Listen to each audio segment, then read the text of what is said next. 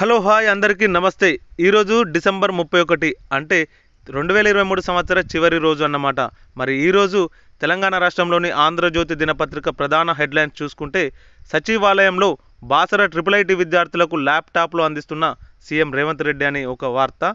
ఇందులో సిఎస్ శాంతకుమార్ని కూడా చూడవచ్చు. త్వరలో మెగా డిఎస్సి పెద్ద ఎత్తున ఉపాధ్యాయ ఖాళీల భర్తీ సీఎం రేవంత్ రెడ్డి ప్రకటన.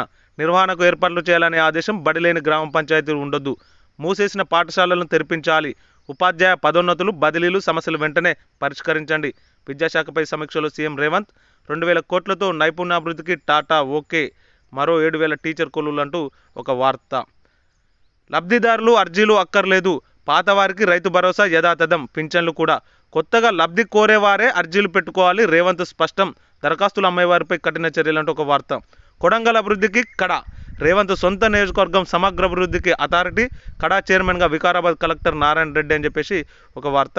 ప్రైవేట్ విశ్వవిద్యాలయాల్లోనూ రిజర్వేషన్లు రాజ్యాంగబద్ధంగా ఎస్సీ ఎస్టీలకు ఇవ్వాల్సిందే. అవసరమైతే అసెంబ్లీలో చట్టం అని చెప్పేసి ఒక వార్త. 22న ఇంటింటా శ్రీరామజ్యోతి. అమృత్ భారత్ రైలు ప్రారంభించిన తర్వాత ఆ రైల్లోని ప్రయాణికులతో ప్రధాని మాటామంతి. అయితే 22న ఇంటింటా శ్రీరామనవమి అని చెప్పేసి దానికి అనుగుణంగా ఆ రోజు దీపావళిలా వేడుకలు చేసుకోండి. ఆలయ ప్రారంభోత్సవం కోసం ప్రపంచం ఎదురు చూస్తుంది. ఆహ్వానం అందిన వారే 22న అయోధ్యకు రావాలి. మరుసటి రోజు నుంచి సర్వదర్శనాలు. ప్రజలకు మోదీ విజ్ఞప్తి. అయోధ్యలో మహర్షి వాల్మీకి విమానాశ్రయం. హంగులతో రైల్వే స్టేషన్ ఆరంభం. 2 అమృత్ భారత్ 6 వందే భారత్ రైళ్లు కూడా అని చెప్పేసి ఒక వార్త.